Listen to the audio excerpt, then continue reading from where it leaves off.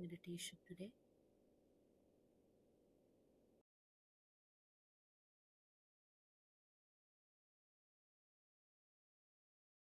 And the theme for meditation today is what is home for the mind?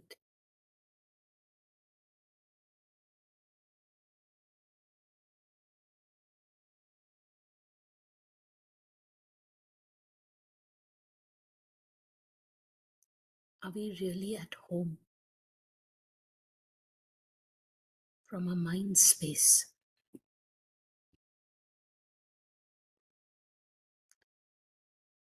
From a physical space, yes, we are at home.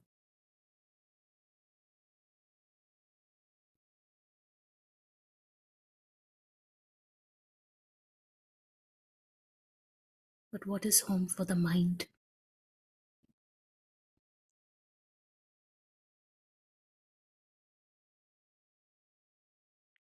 Does the mind reside in a space of chaos?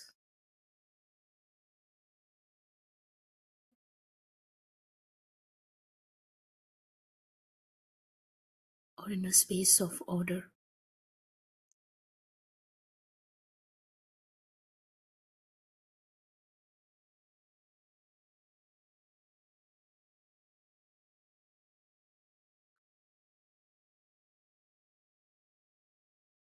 No matter how much we travel,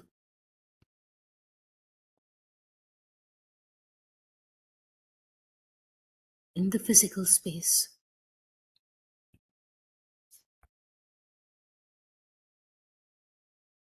we always return home to our physical home.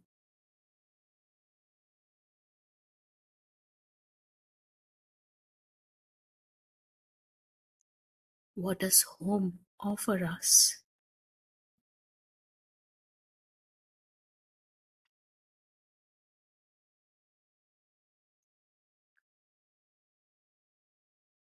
The peace, the comfort, the independence to be the way we want to be, a place of belonging.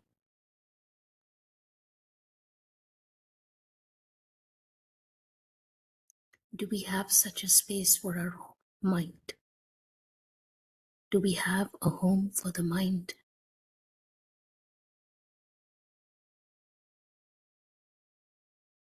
A space of peace, comfort, harmony,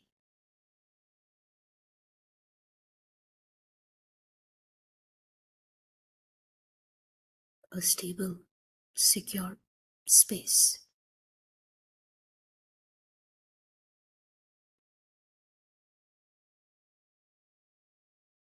We spend an entire lifetime building our careers and profession so that we can buy a good home.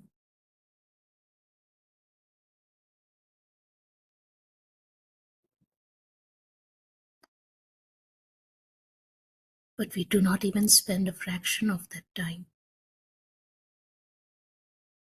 to define home for the mind.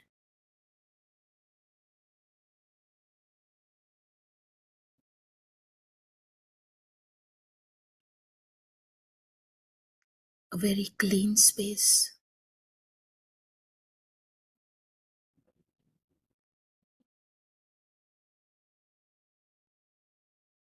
a safe harbor where our mind can anchor on and be in peace.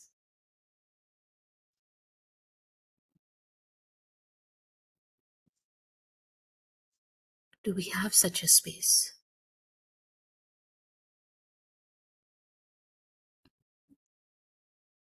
where we can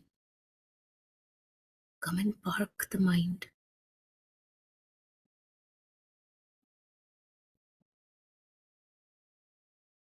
amidst challenging situations or when the mind is completely out of control?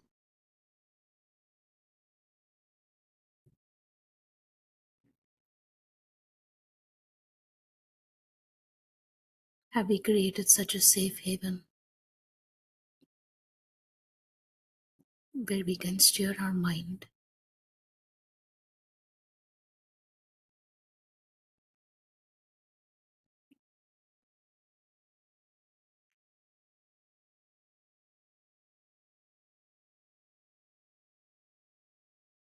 and let it stay there in peace?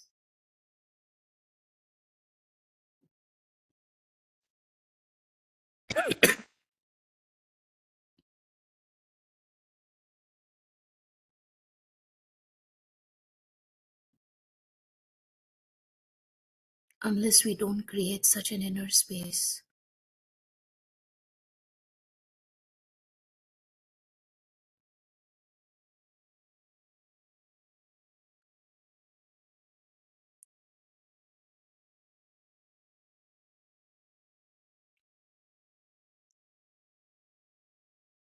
we can be very successful in the physical space, the physical world, but very chaotic in our mental space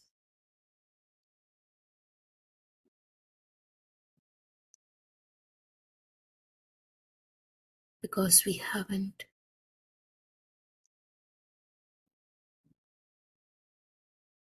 placed importance on giving such a safe space to our mind.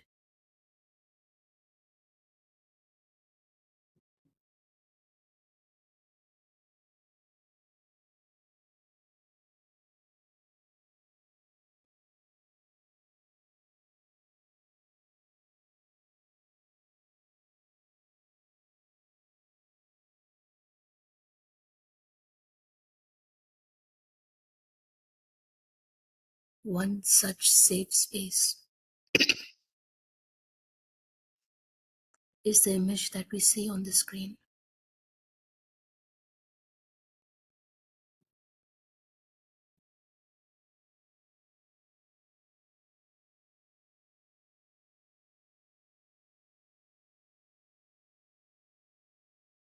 It is a different dimension from the physical space.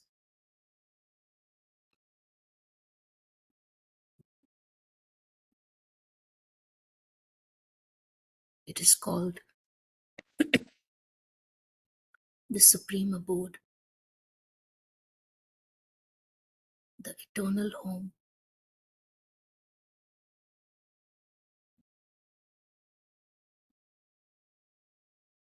a world of silence,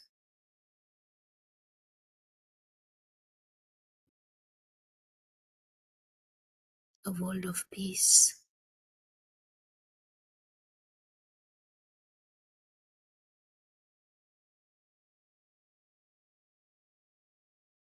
a dimension where no chaos exists,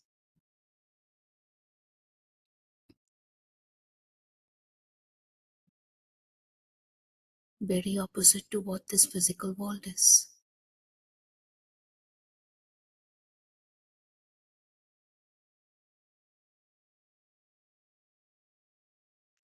This dimension has existed in every mind for every individual. We were just not introduced to its existence,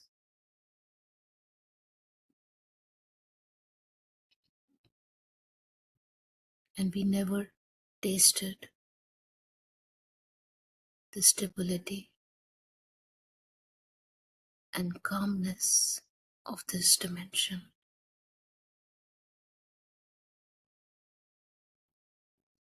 But we can start. We can start now onwards.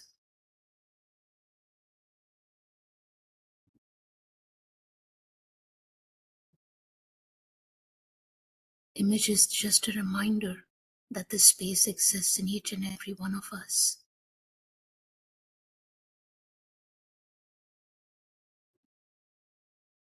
It's an inner space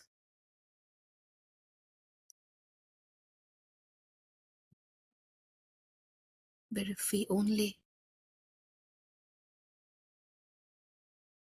spend some time in this space on a daily basis, will we truly experience what it has to offer.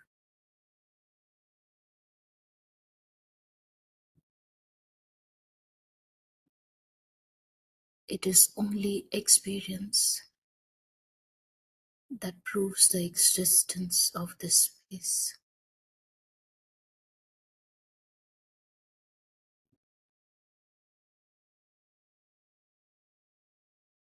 So why deny ourselves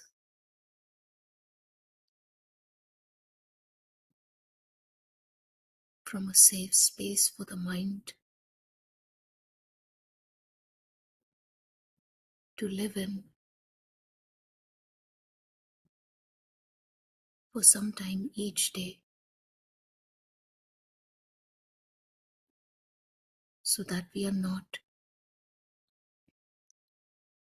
easily swayed by external situations and go into a state of chaos.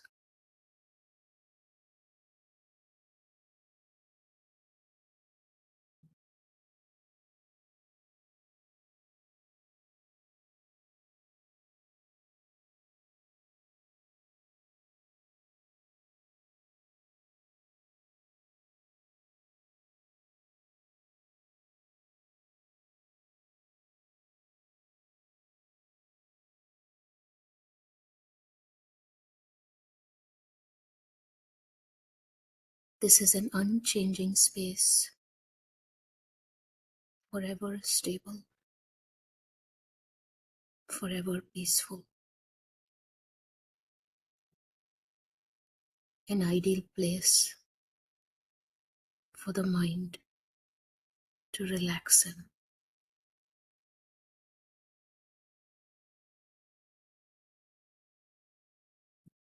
So let's conclude today's meditation with this understanding that this space does exist and the onus lies on each one of us to explore further. Thank you.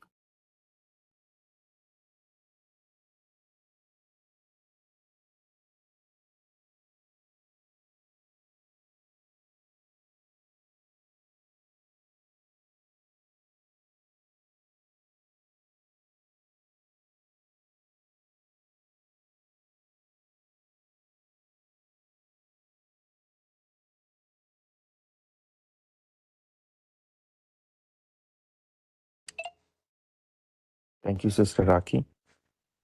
We'll get started with the data analysis resume writing session. Uh, Before that, any questions from last week?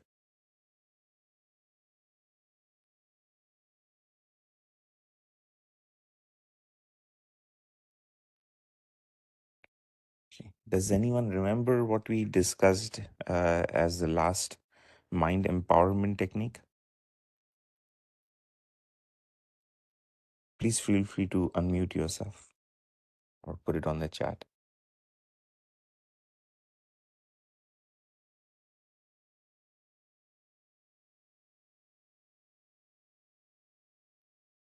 Okay. So last week, we discussed the importance of revision and how the mind works and processes and stores knowledge. Does that ring a bell? Because whatever we've covered today, you will forget by next week. So then you've not made best use of 1.5 hours of your time. Because if you can't remember what we covered last week, probability, just the way how human mind works, you will forget. So we covered an important mind empowerment technique where we discussed the importance of revision and the importance of self-study as well. Does anyone remember that technique?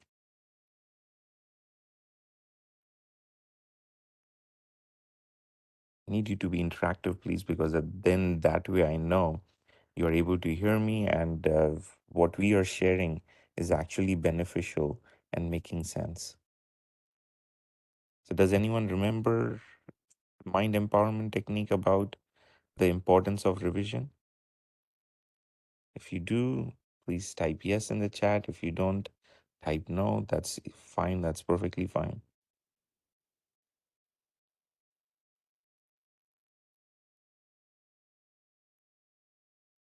Can everyone hear me?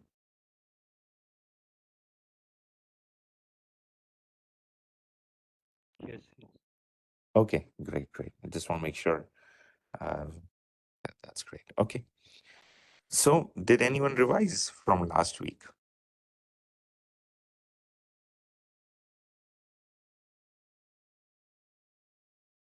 Okay. What are you going to change from this week, which will change how long you're going to remember whatever you learned and how faster you can start absorbing knowledge? Because everyone has same limited 24 hours in a day. But these small techniques make a huge difference. The sooner you adopt them, the faster you'll be able to go further in life. Your mind will become faster. What a person, a normal person, just one second.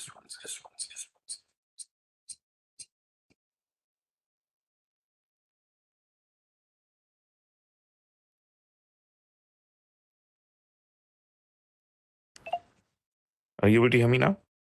I'm just switching devices. So, what a normal person can do, if you start using these mind empowerment techniques, your mind can do things and process things, learn faster, 3 to 5 times faster. So, wouldn't you want you to be able to realize that potential within you? The mind is yours, you control it. That way, you can learn faster. You will be able to remember it for a longer time, and you'll be able to apply it for a longer time, right? When in Mahabharata, there's still a story, right? There was one of the warriors. He was in the middle of the war and he needed to remember the technique that he learned, but he couldn't use it. That is an example what happens with us. We learn a lot of things, but we don't remember it when we actually need to use it because we haven't trained the mind to be used properly. The mind is very powerful, but if you don't understand how it works and how to use it, you've lost the most important potential that you had because you're not able to use the mind. The reason why I'm reiterating it is because it is so important that you are able to remember what you learn. That way you can maximize what is yours. Yeah, makes sense. So everyone committing to the power of revision, do you think it will benefit you? Is there anyone who thinks revising is not a good idea? I think we all agreed, yet we don't revise. Why?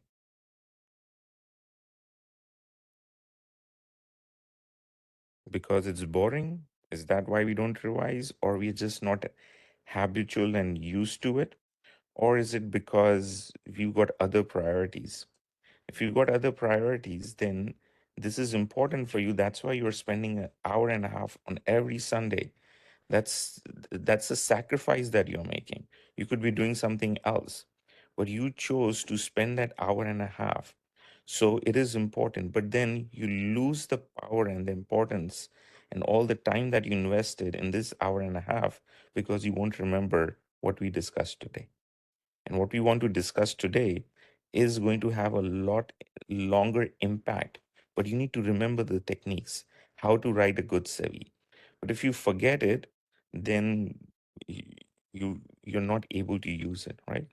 So, can we commit to the power of revision? What does revision do? It keeps reiterating. It's not boring if you use the technique of how to make things boring things interesting to your mind. The mind is like a child. It wants creativity. It wants something new. We all have the seed of creativity within us, like Sister Raki was saying.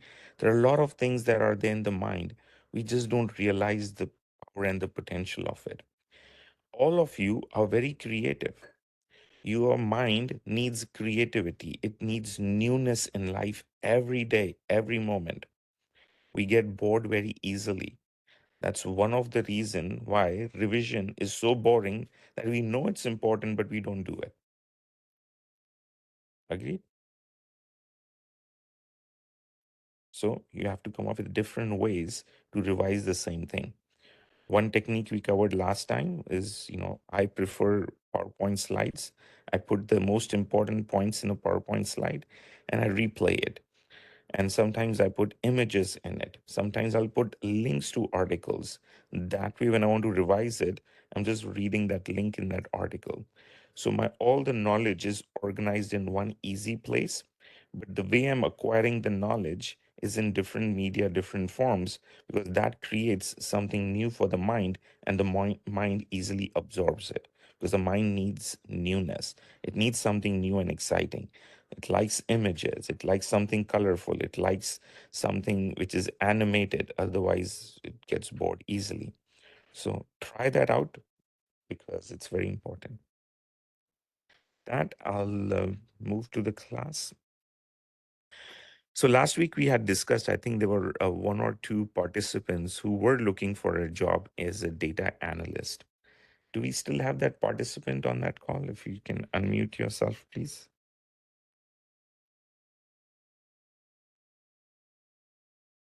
You've joined this course for data analysis. We did a lot of data analysis. Brother Prashant covered how to do data analysis. We did a lot of exercises. There are two type of participants. One who just want to know, and which is a good thing because we also discussed that in IT, the more breadth of knowledge, little bit about everything is good because it pays higher, right? So a little bit about everything is good. But if you want to get a job in a particular job title, then you need to be really good about it. So having a good CV is very important. So is there anyone on this call who's looking for a job as a data analyst, or this is more just curiosity? What is data analyst?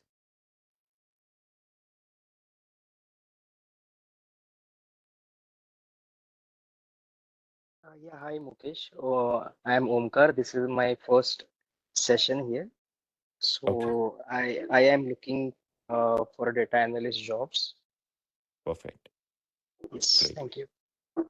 Uh, Omkar or anyone else wants to volunteer today? Because I will show you how to write a CV. I need one volunteer because I want you to write a perfect CV. I will just tell you how to do it, but it's a technique, it's a process. And that process remains the same no matter what the job title. But if I do it, I might do it very fast, but I want to make sure you do it. You do it along with me. I'll show you how to think, but you actually do it. That way, you will benefit it and you will ask questions because you are actually doing it. If we have 2 or 3 volunteers, even better. So, who wants to write a good CV? Who wants to volunteer?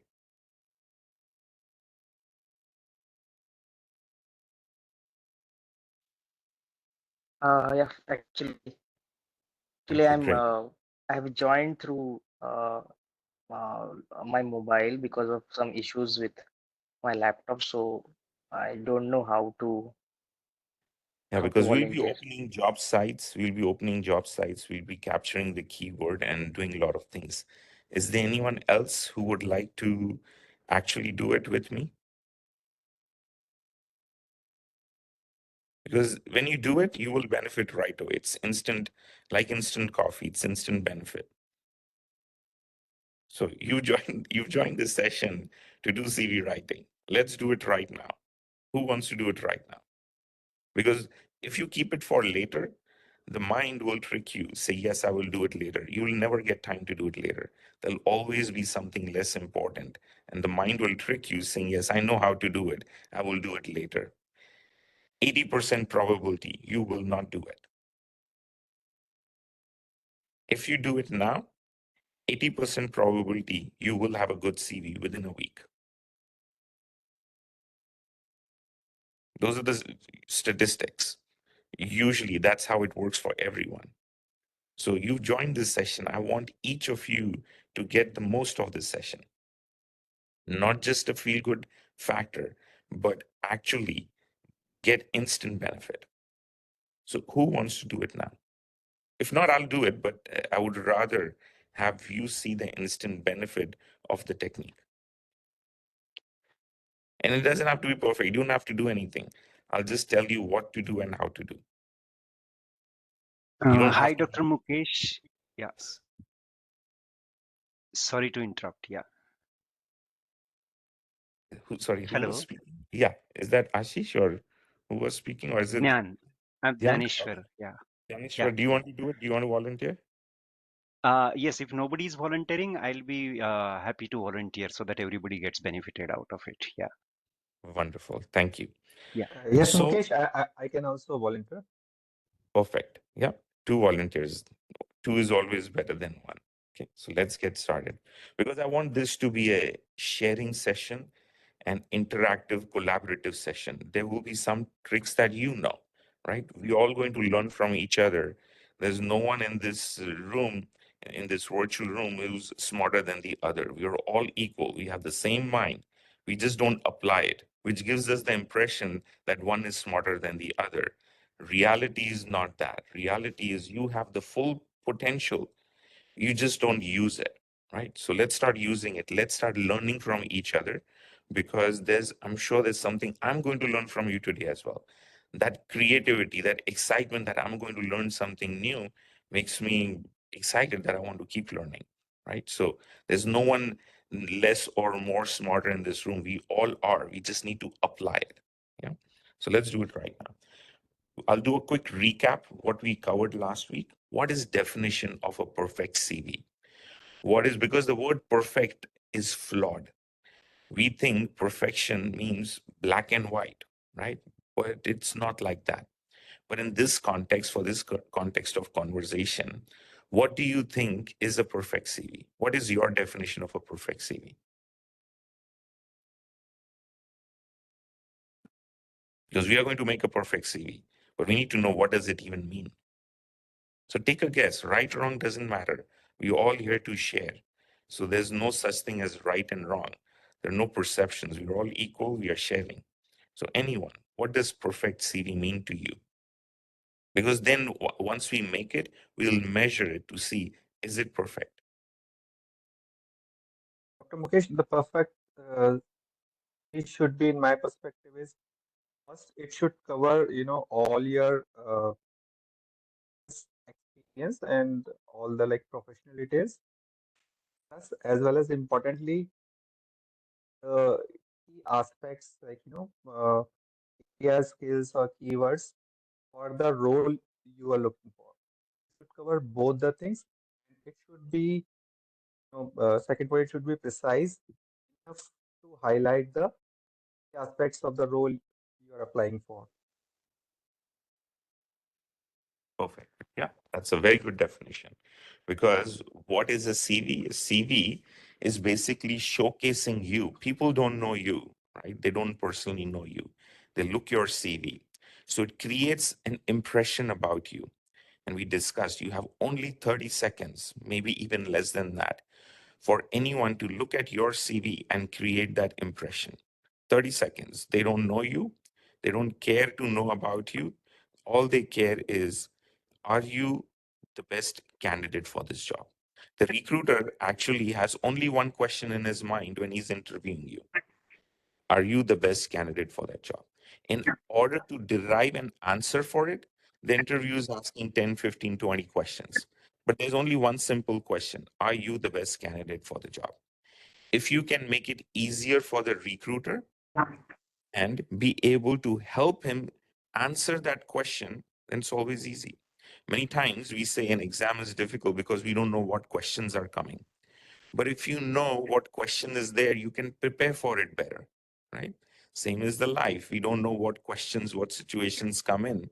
But if we know what life is going to test us on, it's going to test all our weaknesses so that we become perfect, right? It is going to come and question you for things that you lack of so that you get better at it.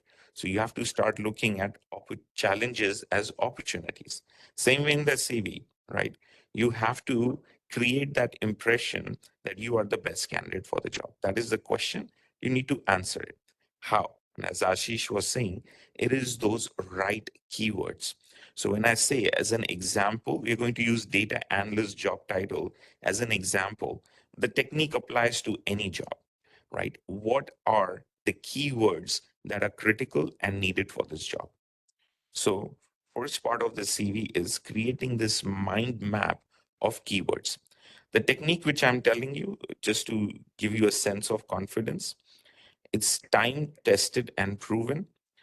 Just a word of caution, when you have a good CV, you will get a lot of calls to the point that you might get fed up. So it's perfectly okay if you want to have a spare phone number, or you want to use your phone number on which you would get a lot of calls, because what happens is your personal number and those recruiters calling you think it's someone important to you, but it's actually a recruiter. Sometimes you have a job, you want to attend every call, and sometimes you don't want to do it because you already have a job.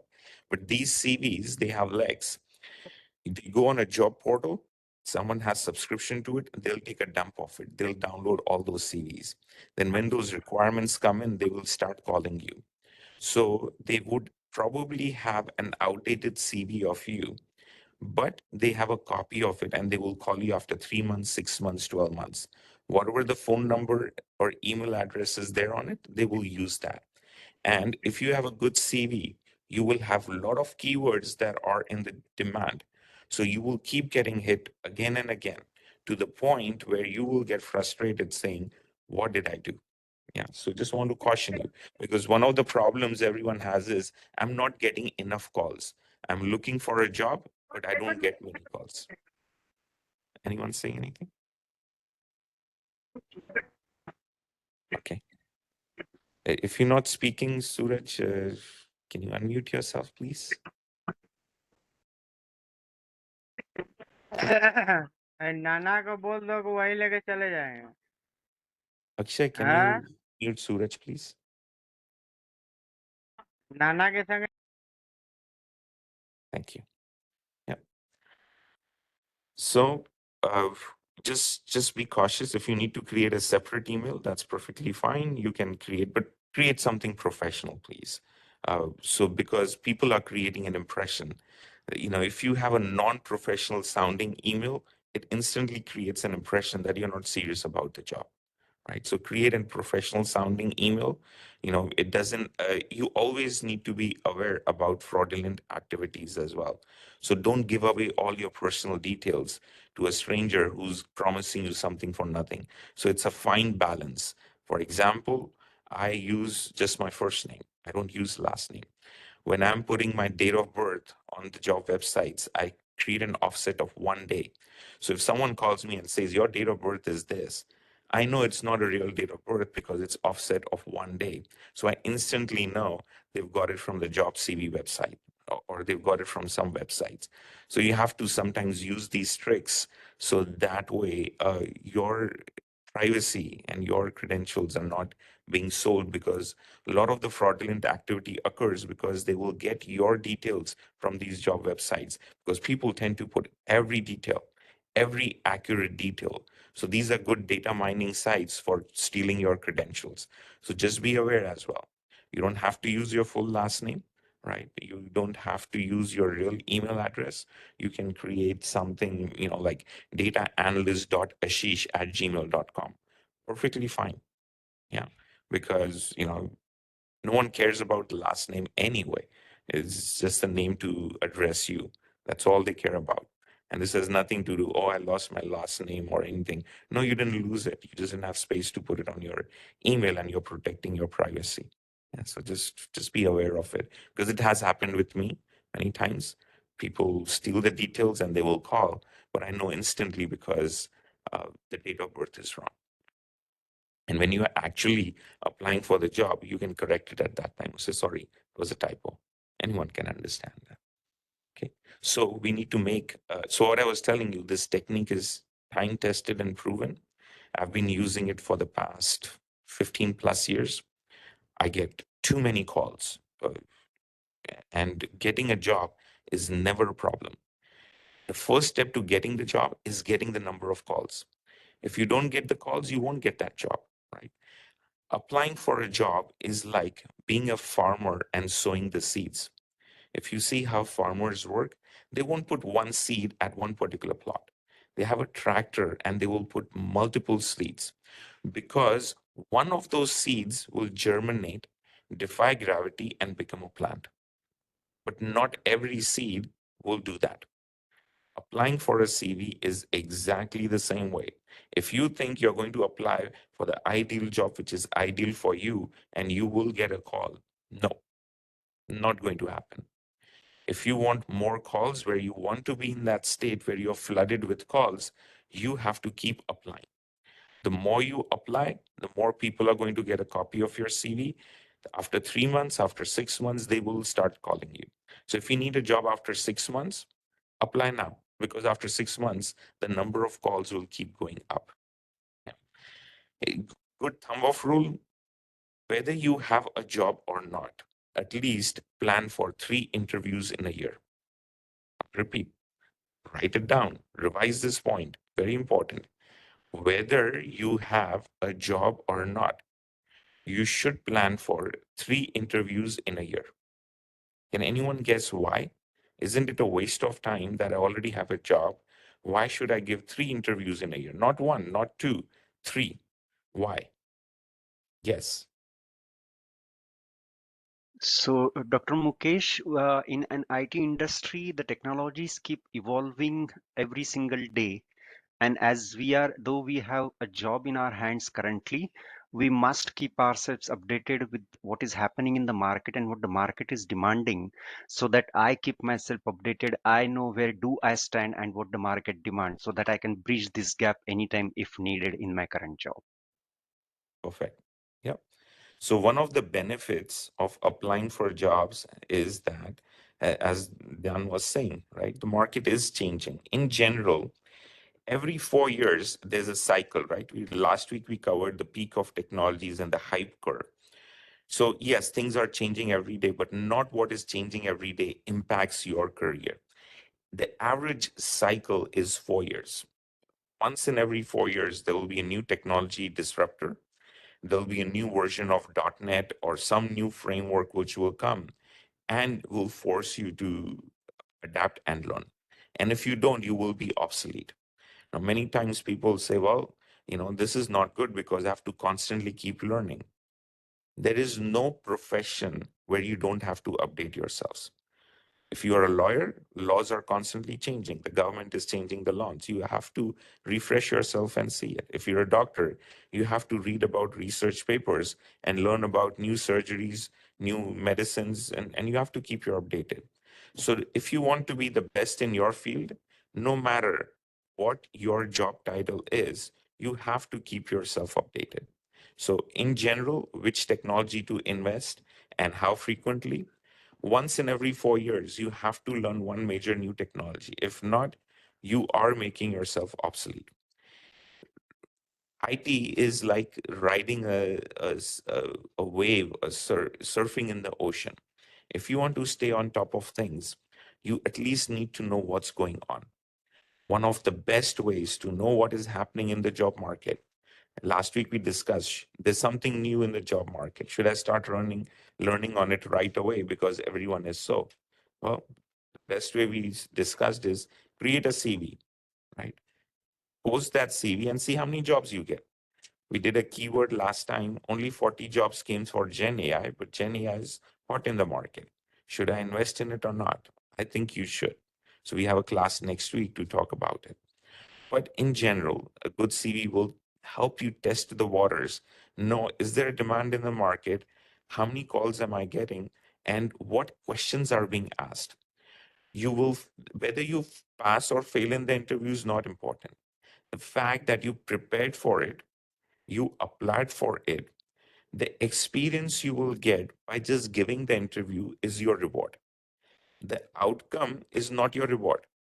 The experience of preparing that CV, applying for it, and giving that job interview itself is rewarding. You will have why to give 3 interviews in a year? First, you will keep updated with knowing what the market is. You don't have to rely on hearsay where someone says market is good or bad, there's war going on in the world, market is going to crash. You don't have to worry about all those things.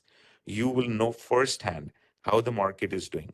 Right now, Diwali is coming next week, so it slows down because no one is interested in aggressively looking for candidates. People are traveling, they are moving. So don't expect to get a lot of calls in this week.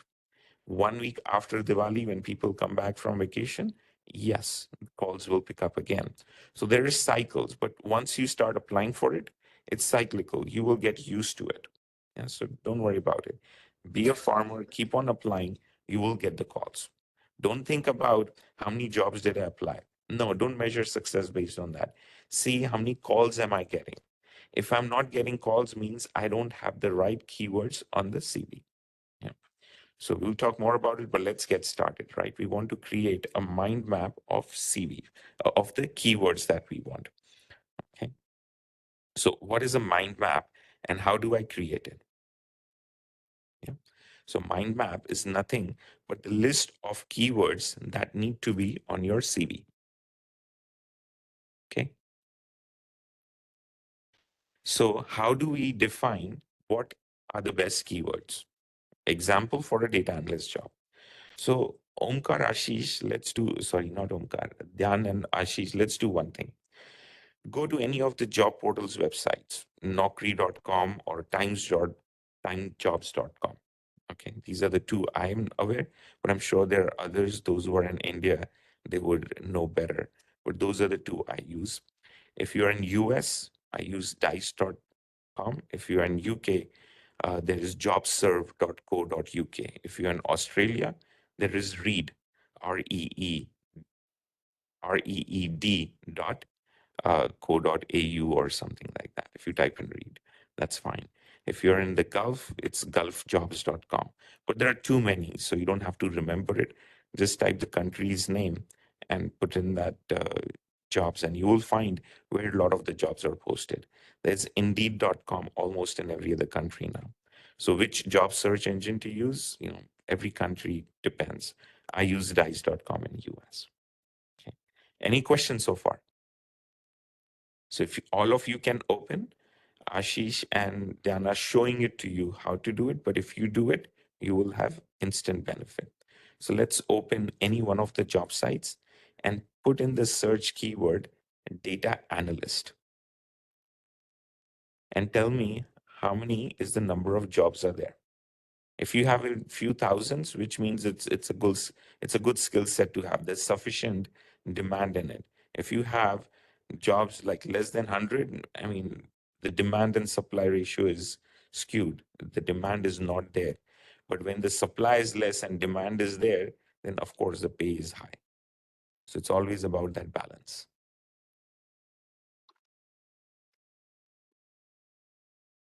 And any of you can answer as well, right?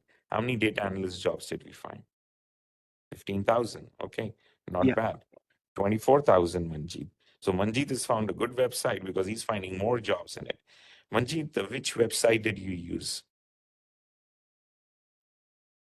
Naukri.com. Naukri.com. See, even better. Okay. So we are going to find out the perfect set of keywords which need to be there on our CV.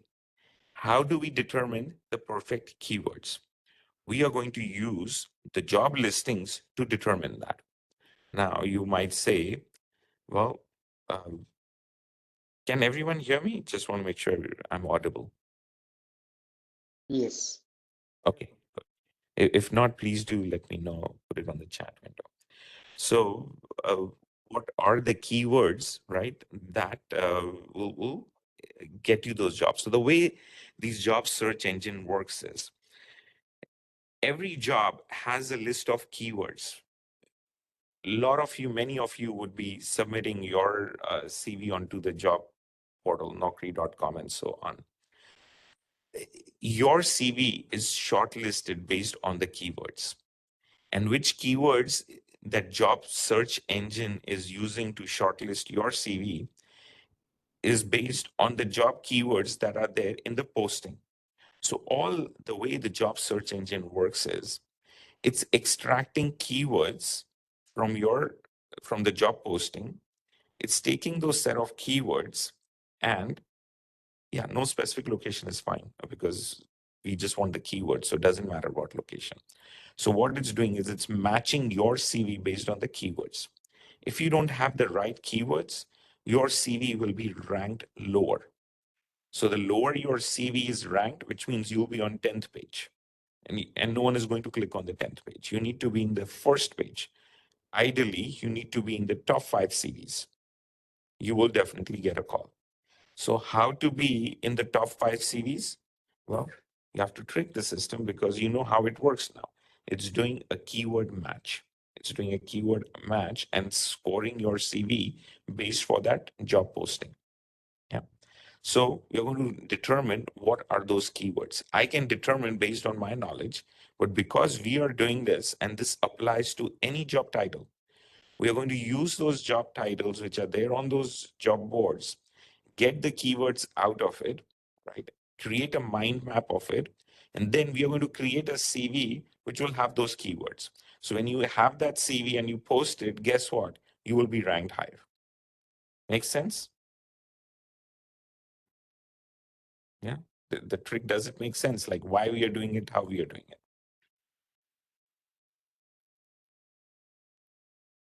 Okay. Okay. So let's find out what are the keywords, right?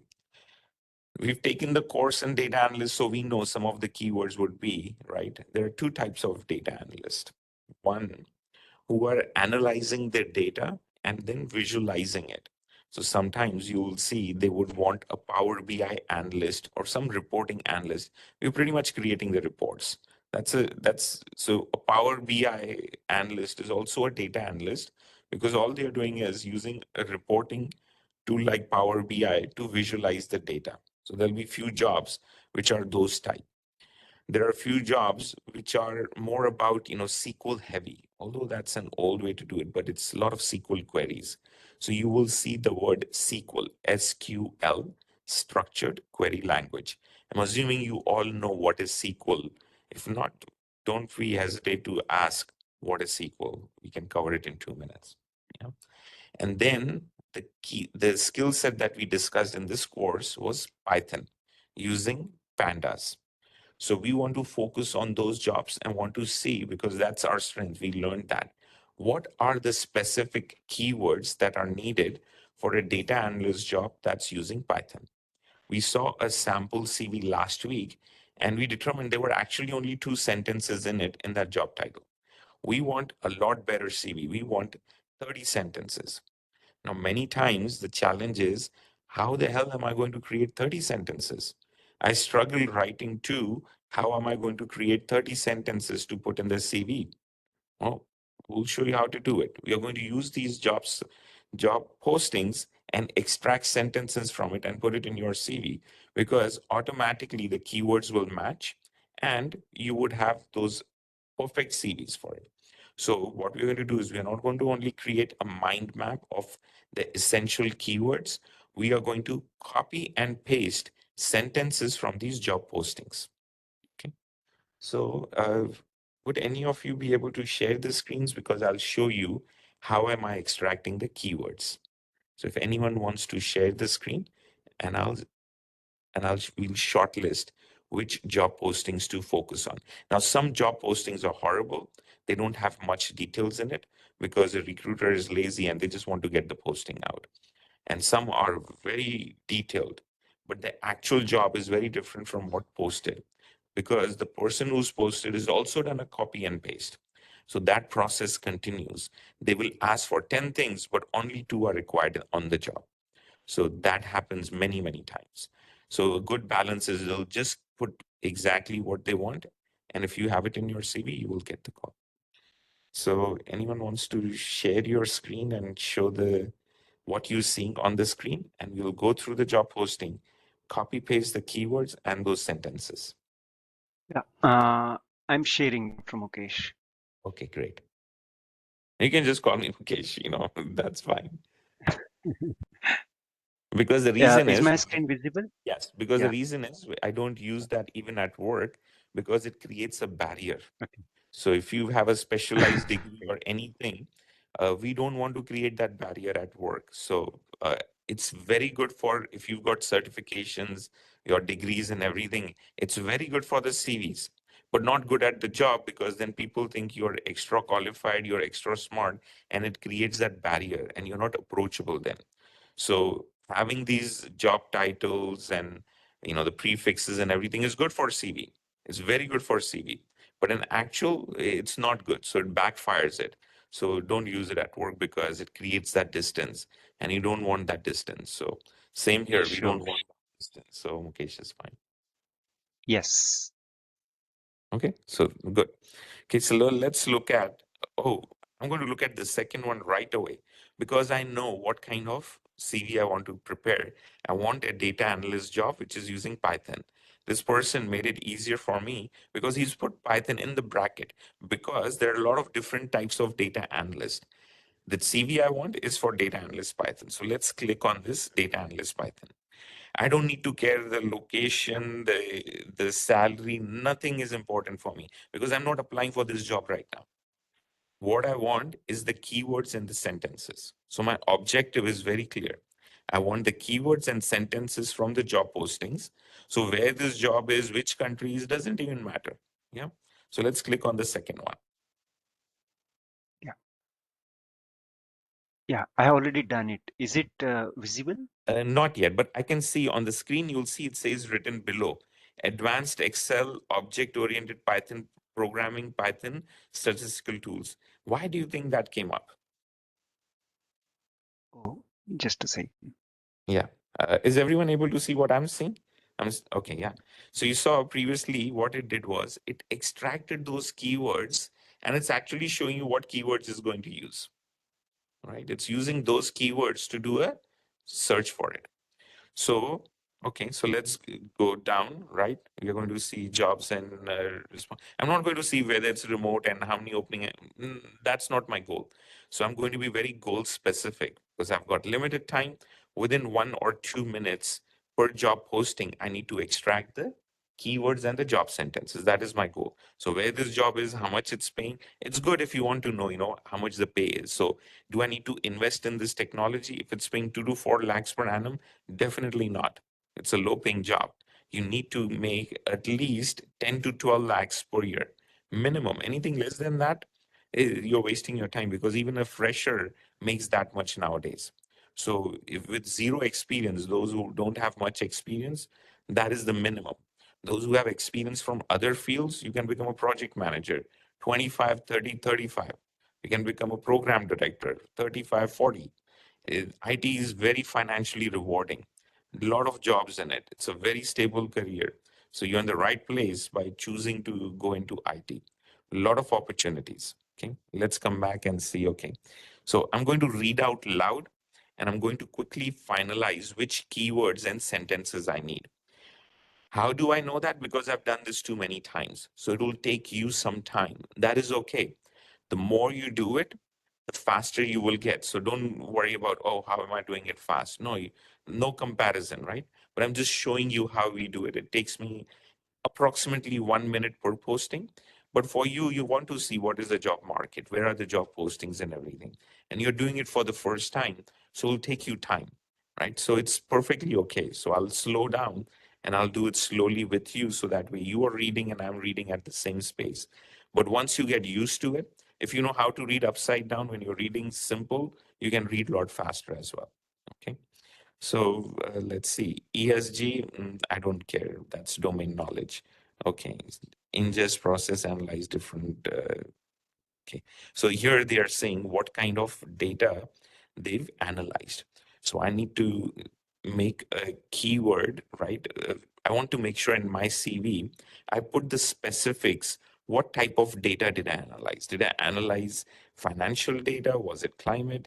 ESG stands for environmental something. It's related with the climate. So what type of data did I analyze? Was it financial data? Was it retail data? Last week we discussed about domain knowledge. So I need to make sure I put, so let's create a mind map. I'm visualizing this in my head on a piece of paper. I'm creating a circle, putting data analyst in the center of that circle. Now I'm going to create other circles and join those lines. That's a mind map. So I'm going to put the type of data that I've analyzed, whether it's financial data, retail data, and so on. But I definitely want to put that detail about the type of data. And how did I get that idea? Because I know this guy is saying ingest, process, and analyze different types of ESG, climate, and non-financial data. Now, this is a good sentence because I want to give as much information as possible to the recruiter to say what kind of data did I analyze. So I'm going to copy and paste that sentence. I'm going to use Notepad or some other Word file, copy and paste that sentence, and then we are going to modify it, right? So I don't have to think about how to create that sentence, what type of data I work. I'm going to use this sentence and I'm going to put it on my CV. So I'm going to I'm going to create 30 sentences, right? And then I will scatter those sentences across different jobs. Yeah. So I'm going to create a perfect CV. So I'm going to copy and paste this sentence, ingest, process, and analyzed different types of retail, financial data. So I change those keywords which are relevant to me. I know how to analyze retail data. You don't have to put retail and financial, but whatever data you word, you'll replace it over there. But you got the rest of the sentence. So you will get these keywords, ingest, process, and analyze retail data. Even if you just have that one sentence, that's good. Remember the sample CV we saw last week didn't have any sentence like that. It didn't really tell me what kind of data they had, but you are telling me. So you are making it easier for me as a recruiter to say, why should I hire you?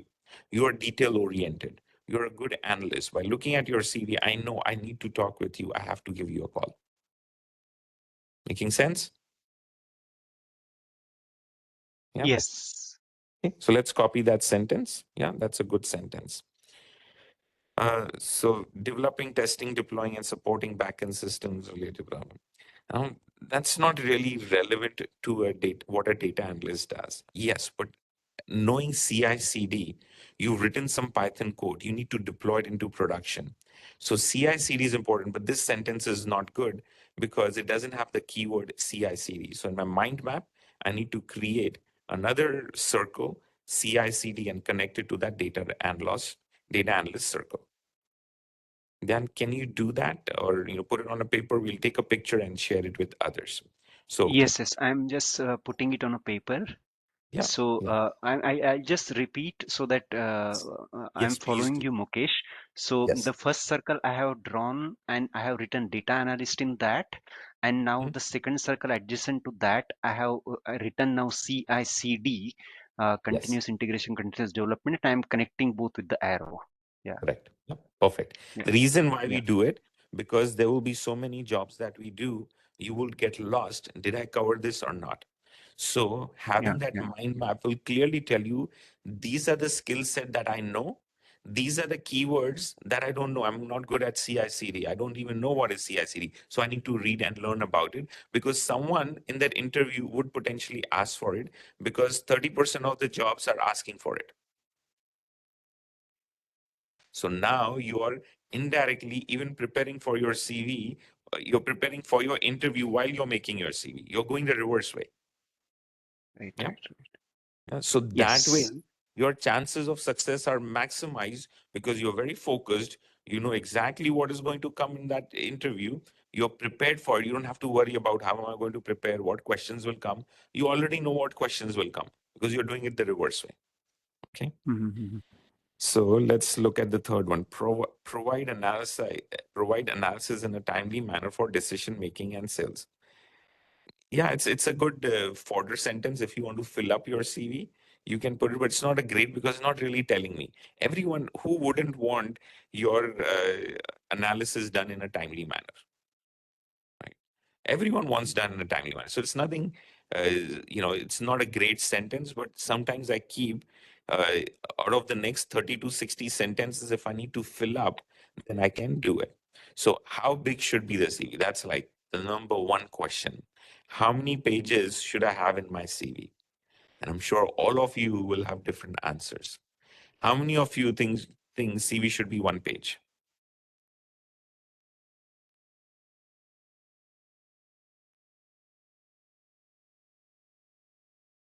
Anyone think CV should be one page?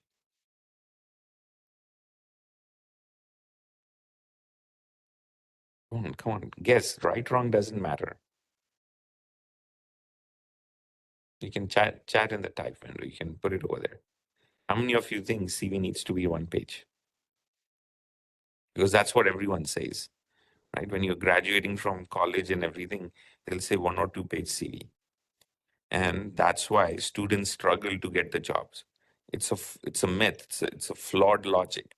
Because if you have 1 and 2 pages of CV, reason is because what to put in fees and your nationality and all that stuff. No one cares about it, right? The HR may care about it, but your CV is very valuable. So you want to put important information. No one cares about. They're not going to hire based on your hobbies, right? They're not going to hire you based on some not relevant to use of each and every space in your CV because there's so much to put in it. But because we don't know what to put in it, then we put junk stuff. And if you need to put junk and if you need to put fillers, then this is a good example of a filler that provided analysis in a timely manner for decision making. I can cut and paste that sentence because it's so generic and it's so common. I can use it in pretty much any data analyst CV to just fill up space. Ideally, the good number of how many number of pages? 4 to 6. If you want to go more beyond that, sure.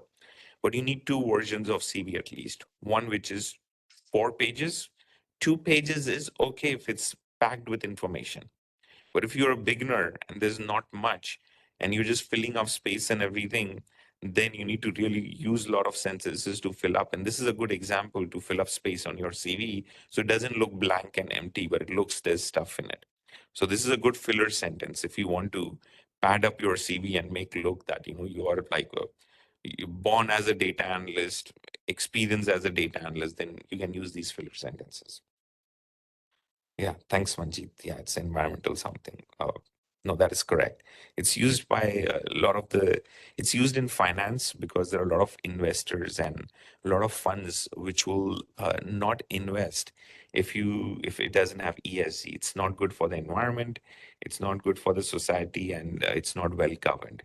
So a lot of the funding, like Credit Suisse, they had a branch for ESG to help investors who are specifically investing in those. There's a lot of funding by UN and other agencies for climate control and other things. So that's why ESG has become a separate category.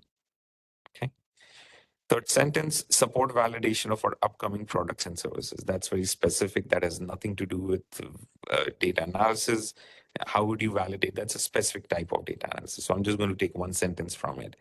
Requirement. Now, this is very interesting. So you have a summary section of your CV where you'll say, this is my summary, and you'll pick and some of those sentences from those 30 sentences, and some you have to put in experience. And what you'll see is sometimes you'll get these sentences will say, you would be responsible for such and such. You take that sentence and convert that responsible for such and say experience with such and such. So that way you just change the keyword responsible to experience, and those rest of the keywords will get on your CV. So I look for those sentences because it makes it very easy then. Okay, so let's look at requirements. Good to have 1+ years of experience working in a technical field. In your summary, you should always have it's always good to put the total number of experience you have. Not as a data analyst, but in the field, right? If in the IT field, if you've got a lot of experience in IT field, say 15+ years of experience in IT field, or 15 years of experience, or out of that 5 years was in US or Singapore or in Australia, wherever it is, whatever is your strength, showcase it in the summary profile. So the number of years of experience is good in summary. So make a note somewhere. Okay, you have a strong computer science and programming fundamentals. You have a deep understanding of system design, data structures. You care about quality, data analysis. You know what it means to ship high quality code. That is easy to maintain. Okay. Now, one of the keywords for data analyst job is data quality. So in the mind map, we need to put data quality, because when you're analyzing the data, and if your data is bad quality, then your results are going to be flawed. So you need to then use tricks for data cleansing and data quality. So in the mind map, we add data quality, but I don't like these sentences, but I don't need to worry because there'll be other job postings. I'm going to pick sentences from that. So I'll skip this, but this gives me a keyword about data quality that I need to make sure I have a sentence related with data quality in my data analyst job. And remember, in the last sample CV, none of it was there in the job. Yeah. So that's why your CV will be better, because you will have all those things. Then you have scoring skills in object-oriented Python and familiar with Kotlin libraries. This is a very good sentence, right? So we're going to copy paste it, but you're not going to say you have good coding skills. You're going to rephrase this sentence: experience in object-oriented Python and used common libraries for data manipulation and statistics, example, NumPy, Pandas, etc. So you saw how I took that sentence and converted it into a sentence for my CV. Experience in object-oriented Python and common libraries for data manipulation and statistics. So I don't have to, think and struggle how to write a sentence. I just took this sentence, manipulated it, because I wanted to show what kind of data analyst I am. I'm a Python data analyst. And we studied pandas. That's why we studied pandas, because we know it's needed for the jobs. We said, if you want to get a data analyst job, you need to have Databricks on your CV. If you don't have Databricks, if you don't have Jupyter Notebooks, which shows you don't have practical experience. So we need to make sure we're going to add those, but I don't need to worry about it because I will find it in the job postings because it's needed by every job. But let the job decide that, right? So we'll come that. But this is a good sentence. We can cut and paste that. Okay. You have excellent Excel skills. Yes, because Excel is a very popular way to visualize and analyze the data. So although I'm saying I've done it in Python, but we did one example in with brother Prashant showed how to do pivot data analysis in Excel. So even if you know one thing, that's good enough. So you're not lying because you know how to do data analysis using Excel as well. Yeah, but we know the limitations. Why not use Excel? Because if you're exceeding more than few million lines of rows, it's not going to load sometimes the data and it will be very slow. And when you want to do more advanced analytics, Excel won't cut it. So that's why we need to use Jupyter Notebooks. Okay. So we do need Excel. Excel is another keyword which we need to add in the mind map. Okay. But this sentence is not very descriptive, so I'm not going to copy and paste it. Okay. SQL is another keyword, remember, because everyone needs to know SQL. Now, this is one of those skills. You don't need to be an expert in SQL. You can take a crash course on SQL on YouTube, watch a YouTube video, and you can put this keyword. You need to know a little bit about everything. Your strength is Python data analysis, not SQL, but you need to know a little bit of SQL so you can say yes in the interview. As long as you know what's inner join, outer join, and few SQL constructs, keywords, that's good enough. If you know the difference between truncate and delete, good enough. Yeah. So SQL is another keyword in the data analyst job, but I like this sentence. So we can say you can easily work with a range of data stores within the relational world. It's not a great sentence, but I can use it. I can see if there's a better. So I'll say experience with range of data stores using SQL or using relational SQL. Why? Now SQL is actually always relational, right? Most of the time, well, I should say, because now you can manipulate JSON as well, but it's relational. But the keyword relational is very important because when you're doing data analysis, you could be analyzing a lot of semi-structured data as well, which is not relational. So the keyword relational needs to be there on the mind map. What kind of data did you analyze? Did you analyze relational data or did you analyze semi-structured data represented as JSON and XML? What is semi-structured data? Nothing but JSON or XML, right? We tend to use a lot of these buzzwords and acronyms. So having the keywords type of data, relational slash semi-structured slash JSON slash XML. Somewhere those keywords need to be there on your CV. Yeah. Is everyone following? Is this technique making sense? Do you think this is a good way to do it, or you think it's time consuming, it's tedious? Absolutely, it's time consuming and tedious. But the benefit and the reward is equivalently high, proportionate to the effort you're putting in.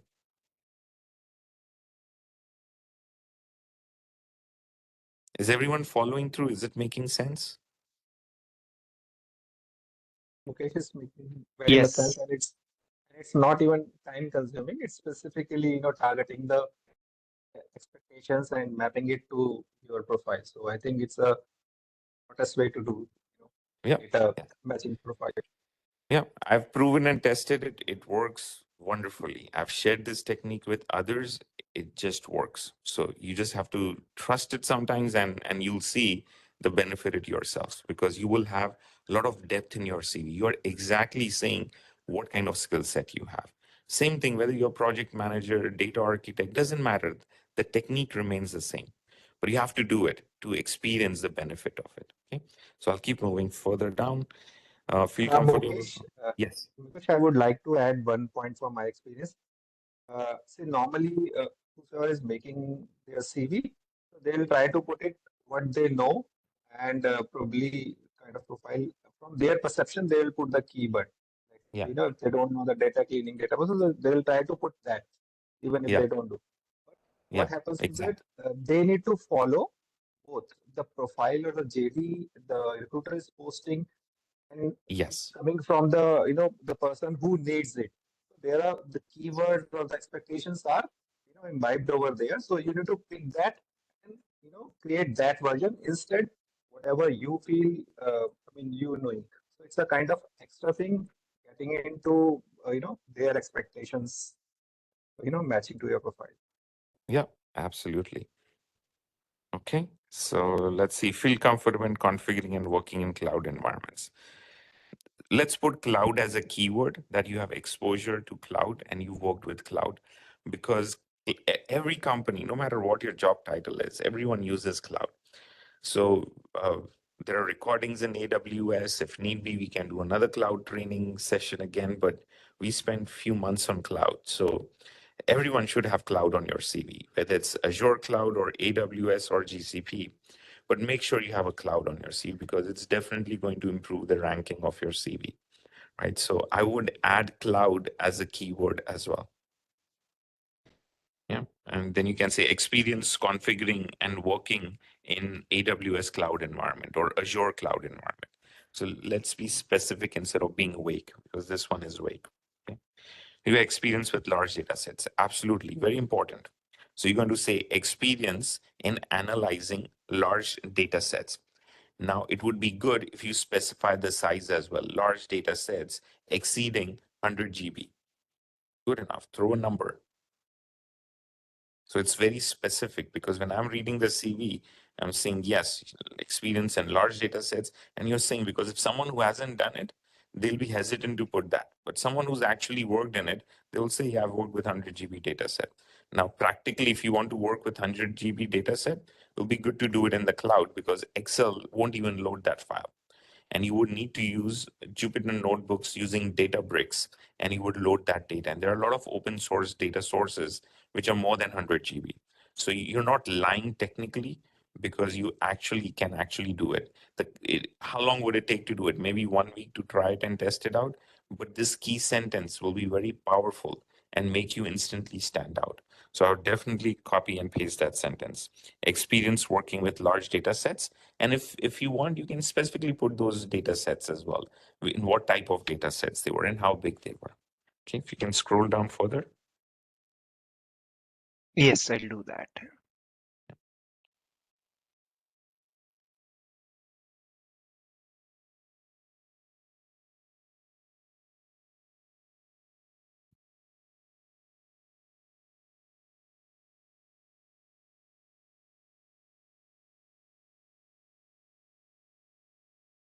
Is it okay?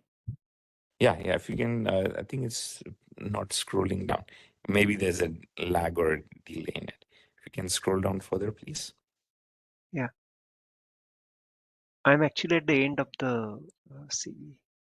Okay, maybe it's not refreshing for me. Has it refreshed for others?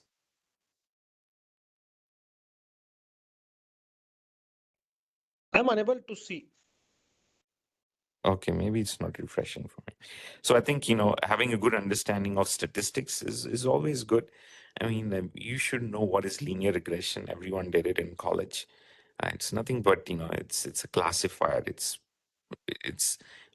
basically extrapolating. Uh, if you have a line, if you have a straight line and you have 3 data points on it, you can assume that, it will be a linear regression. So if you don't know a linear regression, just Google it on YouTube. You know, you'll easily pick it up. But yes, you need to know a little bit about statistics. So I would put that as a keyword and convert that into experience with understanding of statistics. And if you want to put basic, you can put basic, but sometimes it's better to keep it vague, right? And say statistics, but you definitely don't want to appear to be something that you're not, because that'll get into trouble. So if you want to say, yeah, I have basic understanding of statistics, that's okay, that's reasonable. But you're specifically putting regression and so on. Okay. I can't see the rest of it on that screen. Otherwise, we can change and look at another job posting. Yeah, I'll do that. I'm little worried. I'll just go to the another thing. Then can I get? Yes, let's go to another one, because you'll Yeah, find that there'll be a lot of commonality, and that commonality is yeah. what we need. Okay, so So now the third one is data analyst BCT consulting. okay, let's I, look at that. Is there anything yeah, I'll with just. Python? Yeah, you see the Uh, keywords Excel, VLOOKUP. This is more Excel. Anything which right, has right. Python in it, we'll use that. So let's go down further. Yes. If it has So this Python. is Python. This is This is Python. Python, yeah. Okay. So this one is actually, Yeah. so let's look at this one. Yeah. Okay, so Airtel is looking for a data analyst. So they would want to have experience with uh, data with telephonic, telemetry, that kind of data. Okay, so now we're going to do a little faster. Uh, this organization believes in data-driven decision making, complex problems, blah, blah, blah. Developed an in-depth understanding of user journeys on digital platforms. Okay, now if you're a data analyst, develop strong hypothesis, execute A and B experience, identify the opportunity, and is able to articulate data to a diverse set of audience. So in the mind map, you need to put data storytelling.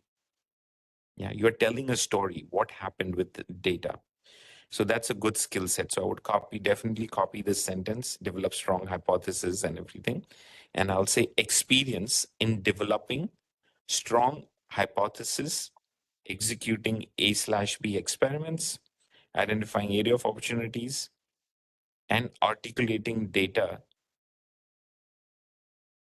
as a story to a diverse set of audience.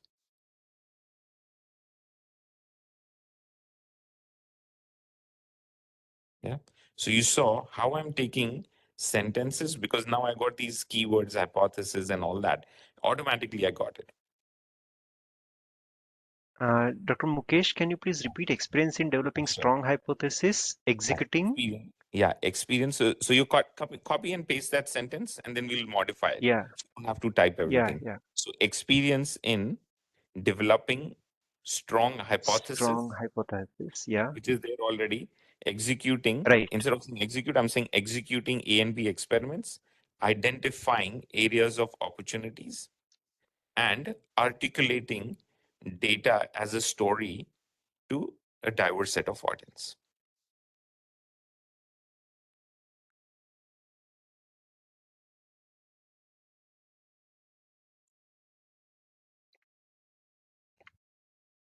Yeah.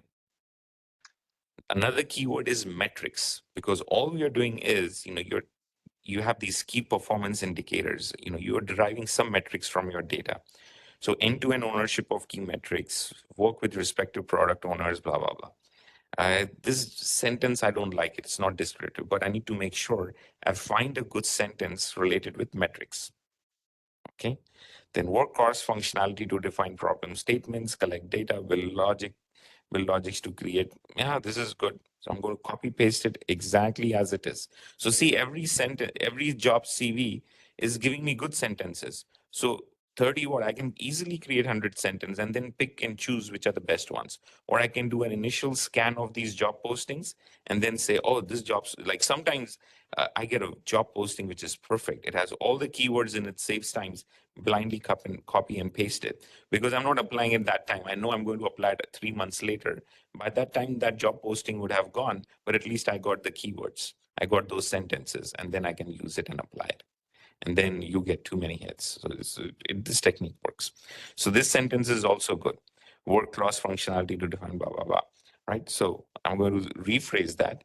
Experience in defining problem statements, collecting data, building logic to create appropriate variables to be analyzed, building analytical models, and making recommendations.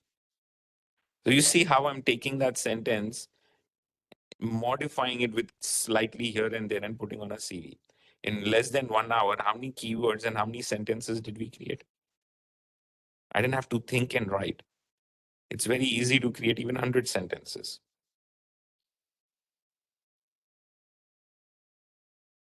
Excellent understanding of SQL and Python. That is already there on my mind map, so I don't have to worry about it. Yeah. So this is the technique through which you just have to keep doing more and more.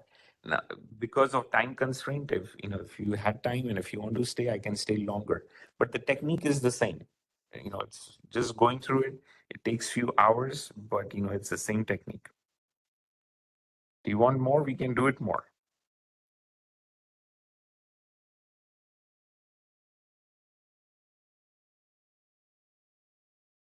Mukesh, we can. Yes. And one observation I have made, I just want to share with everybody. Yes, please. What Mukesh is saying, whenever he's copying the sentence, this is the expectations, a line of expectation. He's converting the tense of the expectation, like what he's saying, like identify and implement. So what he's converting to, like that you have already done that, identified and implemented already. That change of a sentence, you need to do that. Yeah. Mukesh, I am just putting down, jotting down the sentences we have framed so far for Yes. everybody's reference, so that if anybody is interested can just copy these things. Perfect. Yeah. Yeah. Now look at this is really good. It has got all these nice. If you were reading a data analyst CV with all these sentences, what would be your impression?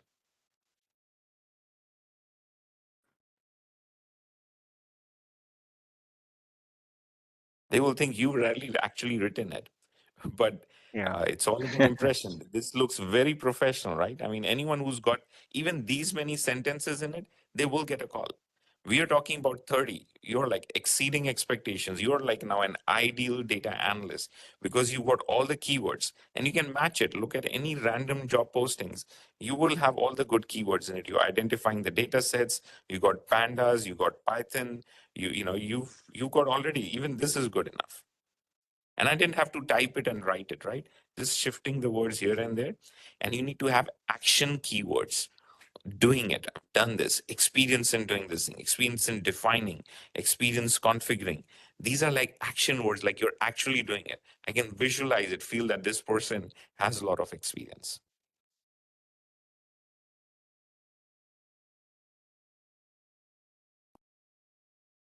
Yeah. Yes. Okay. Great. So for those who joined for the first time, so I think we've got.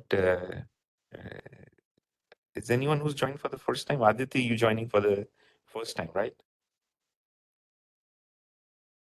Yeah, hi Mukesh. I have also joined for the first time. Omkar here. Okay, okay, great. So Omkar, I didn't realize. Thanks for Raki for mentioning that. So I'll just give you a quick 2-minute overview: what we do, why we do, and how we do. So we are the IT wing for Raj Yoga Education Research Foundation, and our goal is to realize peace and happiness, experience peace and happiness every moment, every single day. That is our goal. That has been the goal of humanity for years, which religion is planning to do it, but the religions have failed us because the mere existence of religions for 2,500 years has still not helped the mind achieve its destination of experiencing peace, happiness, love, all of it, all the time. We don't. So how to experience that, right? We cover those in the mind techniques because we have that knowledge. We want to share it with everyone, how to experience it, right? Not just talk about it, but actually experience. So in the beginning of the session, we cover a mind relaxation technique and we share some of the secrets which the rest of the world doesn't. Like Raki shared that, there are three worlds, the physical world that we live in, another white wall. So a lot of people, right, they have these near-death experience. They see this white wall. And then there's a red wall, which in Hindi we call it as the Paramdham, right? That's where all the souls reside. That's where they all are. That's why everyone wants peace. No one wants, noise and everything. Everyone wants peace. Why? Because it's natural to us. Why is it natural to us? Because it's an attribute of the soul. Because that's where we come from. We come from the land of peace. There's no noise, nothing, right? So it becomes very natural to us. So anything which is unnatural is disturbing, right? We are naturally loving. Love is an attribute of the soul. So anything which is hatred, it doesn't last for long. It's a disturbing state of the mind. So we cover the secrets of the mind and we use that to experience peace, happiness, love every moment of the life. But it's a journey, it doesn't happen overnight. So what we do is we want to make sure as part of that journey, no one should be able to have that anxiety, that fear and a anxiety, what if I'll get a job or not? Because when you apply these techniques, you will be successful not only in your personal life, but you will be successful anything, everything you do, including your job, because the mind is the same. The mind doesn't switch. Personal life is different, professional life is different. We create those boundaries, right? But the mind is the same, right? So how the mind works, how to realize its potential, we share that. So we have a beginning mind empowerment technique, and then we end the session with the mind empowerment technique. So that way we can use those techniques to transform our lives into something better, something meaningful, have a purpose to our life, which is fulfilling. So that's what it is. So we share those as well, and we want to make sure each of you is successful in your jobs, never have to worry about getting a job. So that's why we started these series of sessions since a year, and we cover our faculty behind the scenes. There are 5, 6 people and a lot more who contribute to it. They set up the WebEx shows. So we've got Mr. Sanjeev Gupta. He's the national coordinator for the IT wing for Raj Yoga Research Foundation. But there are a lot of people who contribute to it. It's a team effort. And we have different speakers as well. So we've got Brother Prashant, who did AWS. Sometimes we don't know, we learn and we teach as well. He learned data analyst and then he taught as well. So we always, so the theme and the essence of our series is learn, you learn, you earn a peace of mind, and you earn more money as well. And then you contribute back to the society. Because if you're living a life just for yourself, it's not going to be really fulfilling, right? We don't want you to have regrets when it's the last day of our life saying, what did I really do with my life? Did I just live for myself? Or did I use the specialities I had within for the benefit of others? And if I just live for myself, it's not fulfilling, right? So we want to make sure we don't have that regret. And then you serve and you share that back. So you're already sharing by collaborating, sharing your screen, sharing your knowledge. So we want you to come back and teach and share this because, and all of these sessions are free because making money is not an objective. Our objective is experiencing peace, happiness, love in our lives without any dependency on others. Now, that's a separate topic by itself, but without any dependency. You control your destiny, your happiness, everything. It's within you. How to realize and experience that? We covered it in the Raj Yoga course, but here the IT wing is applying those mind empower techniques to be successful in your professional career. That is what our objective is. And we keep coming up with new topics. So next week is Diwali week. We did a poll and participants were interested in learning on Diwali Day. So we have a guest speaker who will be talking about how to use Chat GPT, what is prompt engineering, what is Gen AI. So a little bit of everything. It'll be good and important for you to learn a little bit about it. And then the following week, November 19th onwards, we will cover data architecture. But again, we'll cover basics.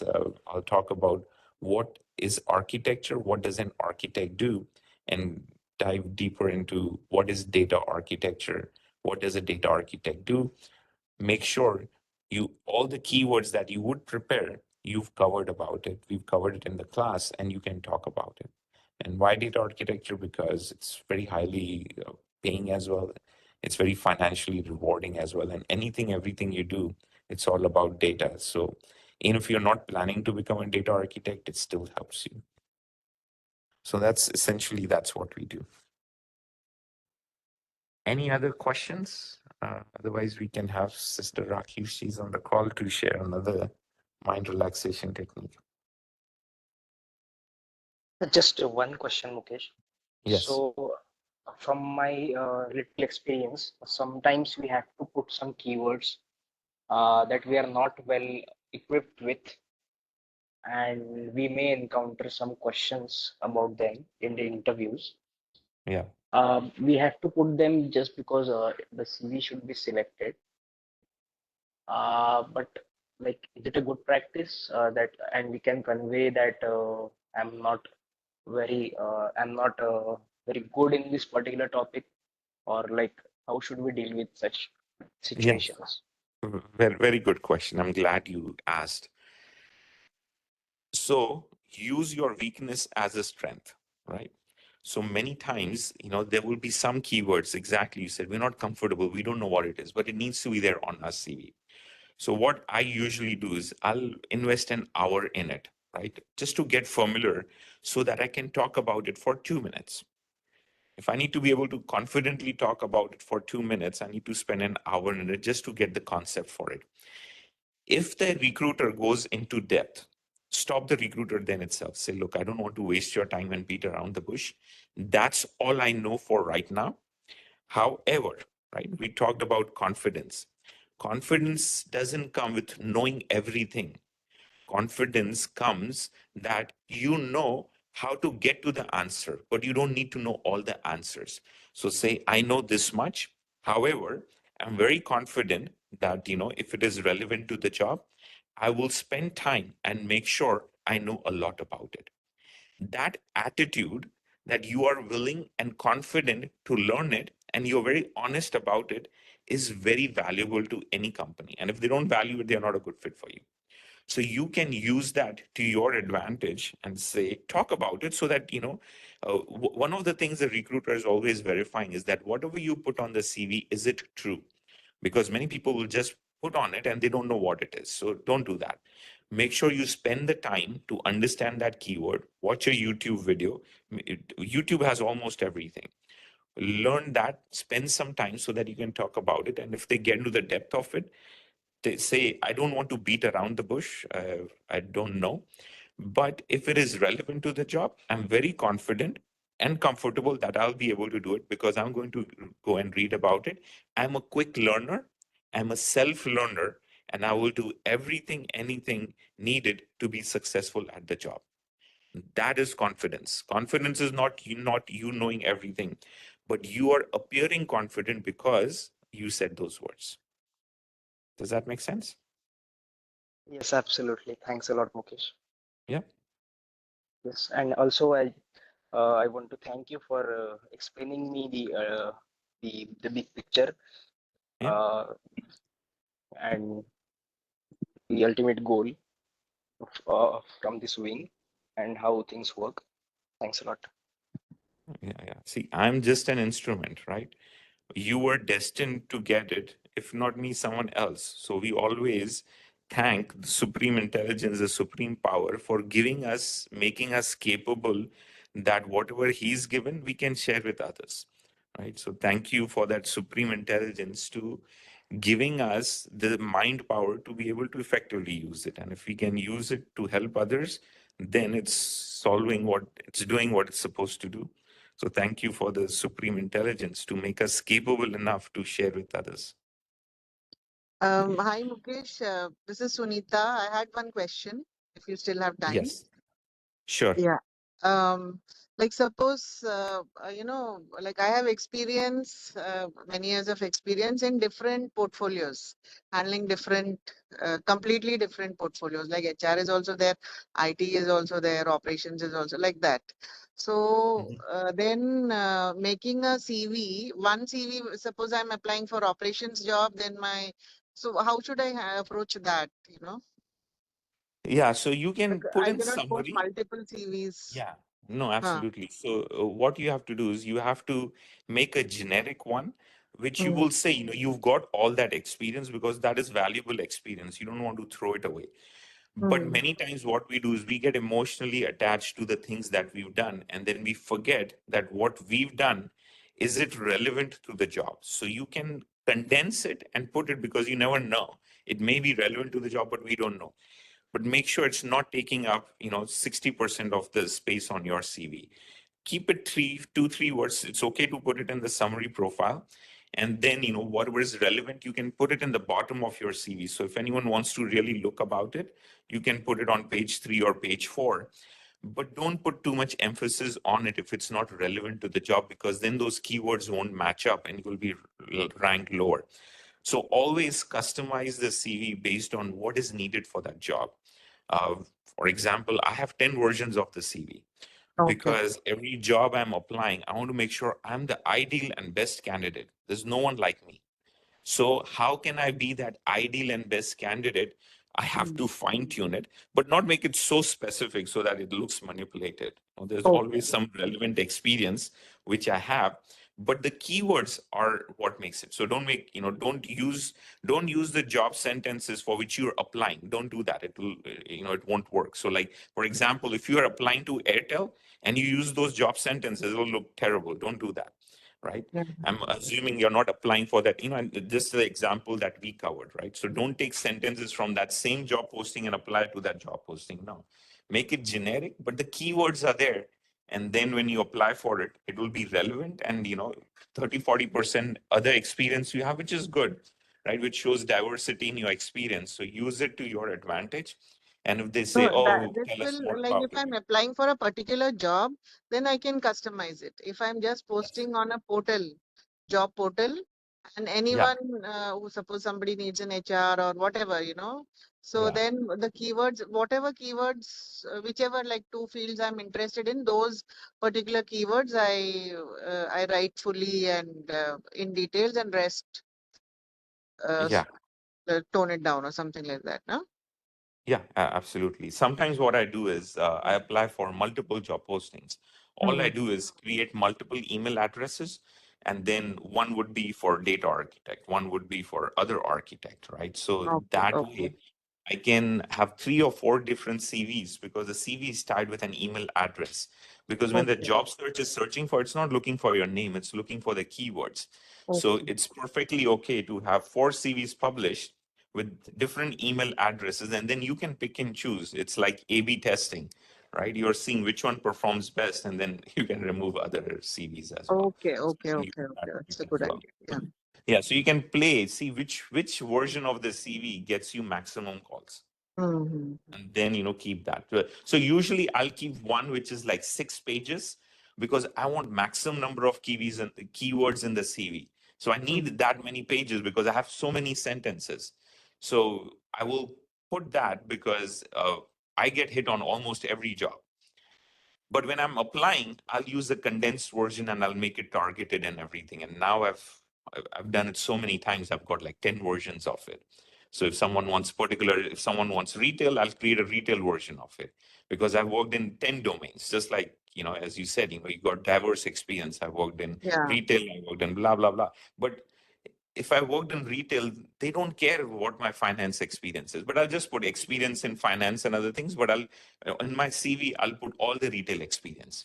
So that is perfect because then I'll say, I've done retail, but I also know how things work in other things because it gives me a better overview. And they'll be like, yeah, that's good, right? But I'm not emphasizing, I'm saying I'm an expert in retail, yeah, I know yeah. this. So you have to Okay. have balance. That's a good insight. Thank you. Thank you so much. Welcome. Okay. If no other questions, we'll have Sister Rakhi, if she's still there. I know we got slightly delayed to share another mind empowerment technique.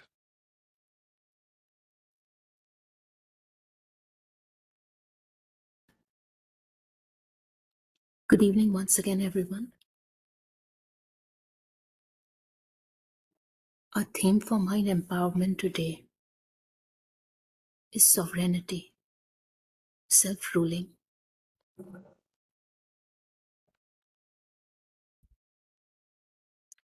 Food for thought here is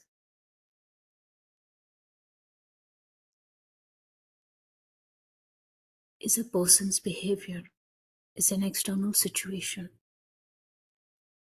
is a job environment,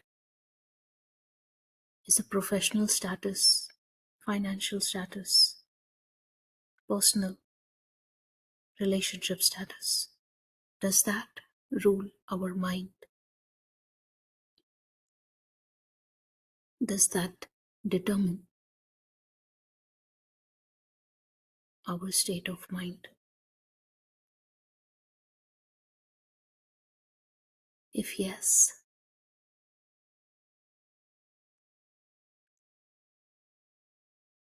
then it's a reminder to become aware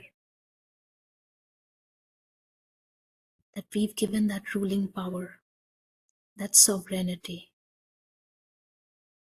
to all of these factors.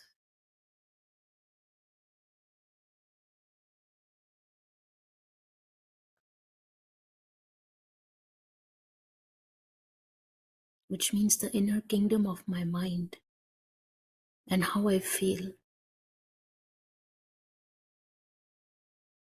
is not determined by us, by me as an individual,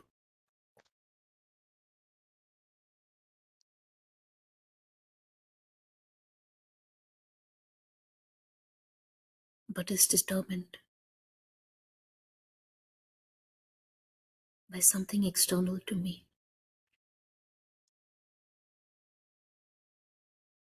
Is that okay for me? Is the question. we need to ask ourselves,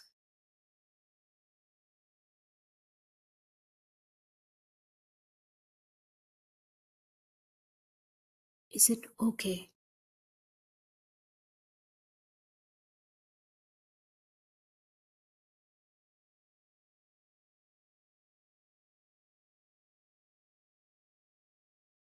for the body to affect my mind, for a relationship to affect my mind,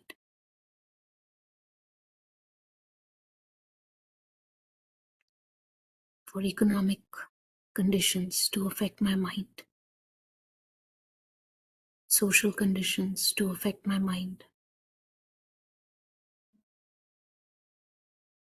behavior of people to affect my mind?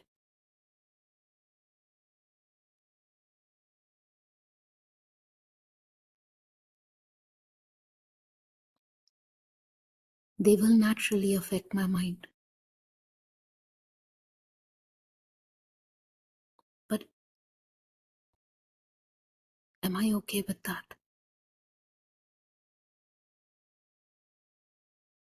Should I allow that to continue?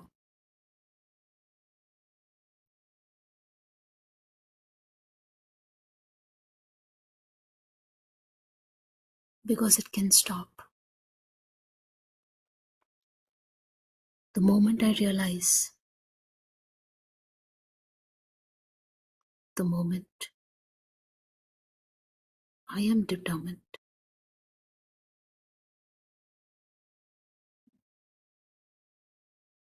that I will not allow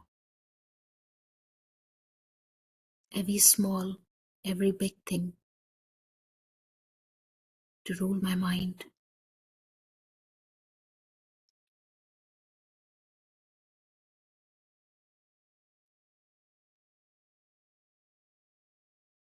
it will enter my mind space. That is for sure. But will I let it rule my mind space? Will I let it rule how I feel?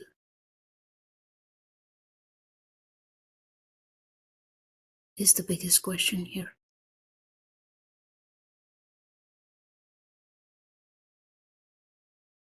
It's like having a guest in our home. We acknowledge its presence, but still not letting that guest run our household, not giving that much power to that guest to dictate us in our own space, our own home. We are the master in our house, and no one external can come and tell us what we are supposed to do. They can enter, they can leave.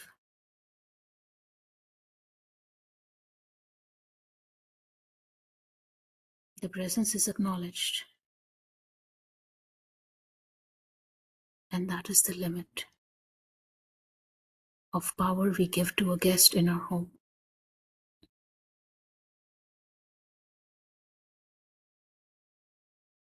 Likewise, in my mind,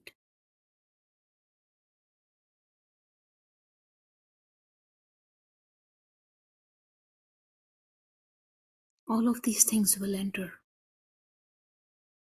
Someone's behavior,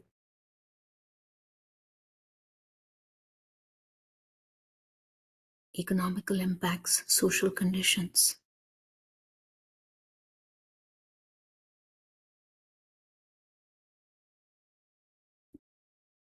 relationships, conflicts, physical health, everything. They are welcome to enter the mind. They are not welcome to rule the mind. They're not welcome to rule how we feel.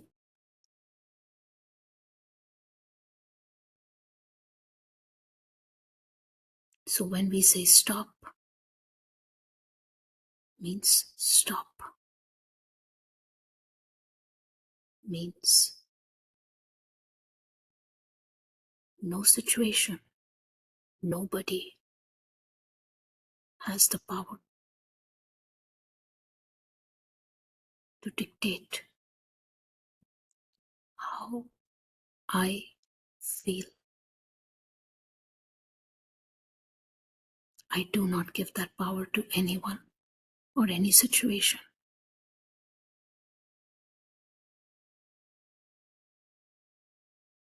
I acknowledge the presence of that situation.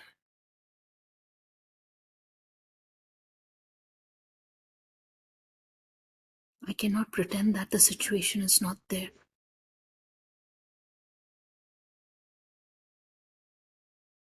I cannot change the situation. The only thing in my control is to change how I feel and how I navigate through that situation.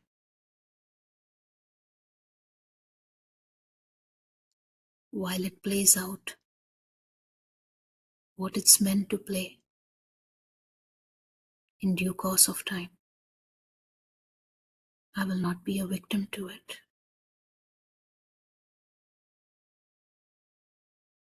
Because I am a self-sovereign. I am the ruler of my mind space, and I decide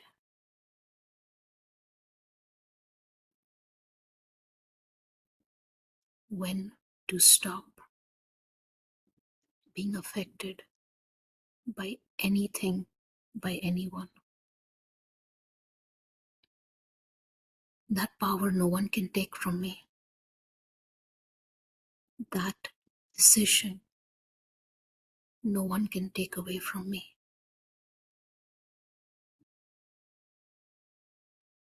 This power, each individual, every one of us has. It is up to us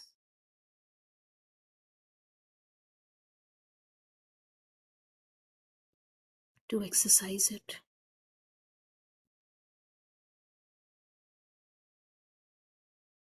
So when we notice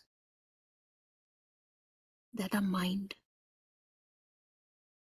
our feelings have crossed the borderline of being in control,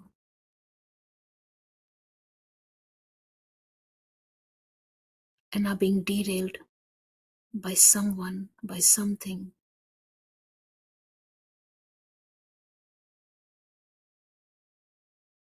that is when we steer back.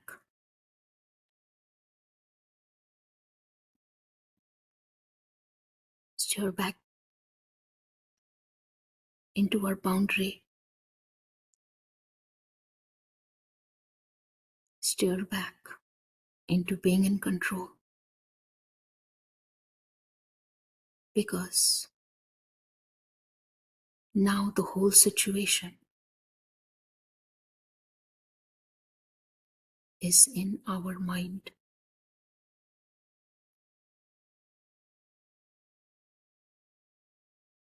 And we have to learn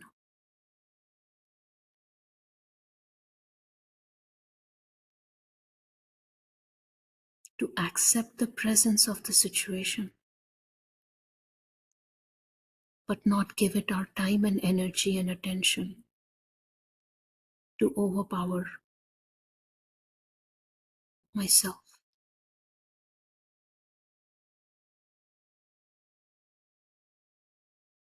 It can be done.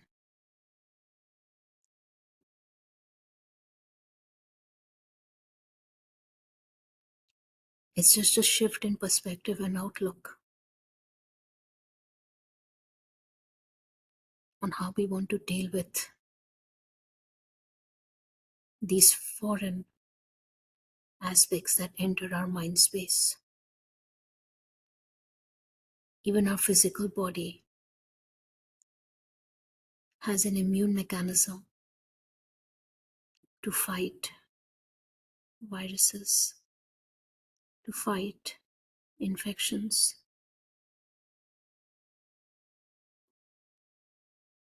So why not we develop this immune mechanism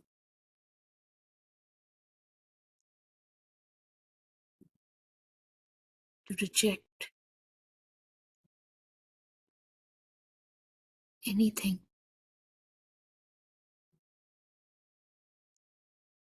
that is messing up our inner space of stability, of peace, of happiness.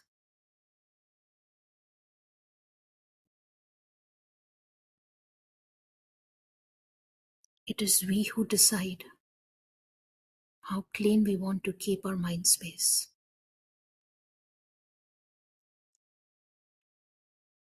An empowered mind will strive hard to keep the mind space clean.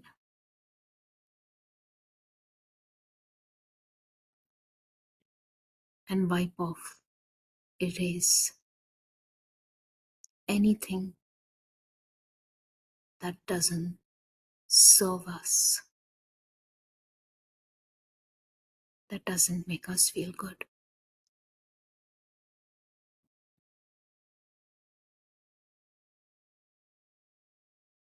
So let's conclude today's meditation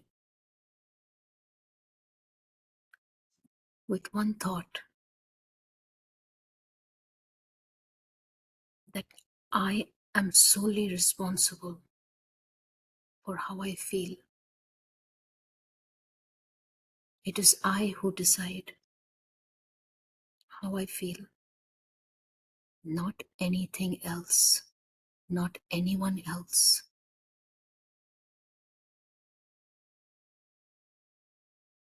And if I'm not feeling good,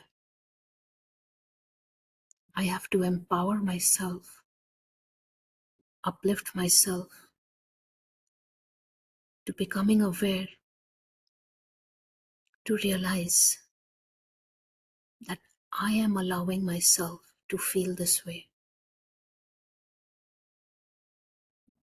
I am allowing others to make me feel this way. And when I stop allowing this, when I stop giving this power to others, when I give and use this power to myself, that is when I'm a self-sovereign. That is when I'm a ruler of my own mind.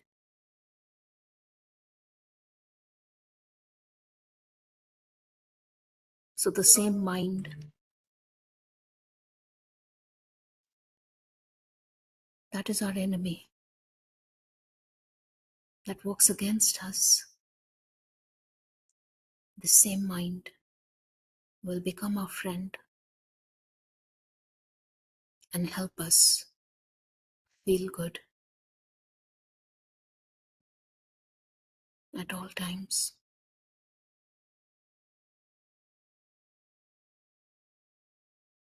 So let's live an empowered life and end today's session with this awareness and realization that I am in full control of how I feel. Thank you. Have a great rest of the week, and we look forward to seeing you all again. Thank you.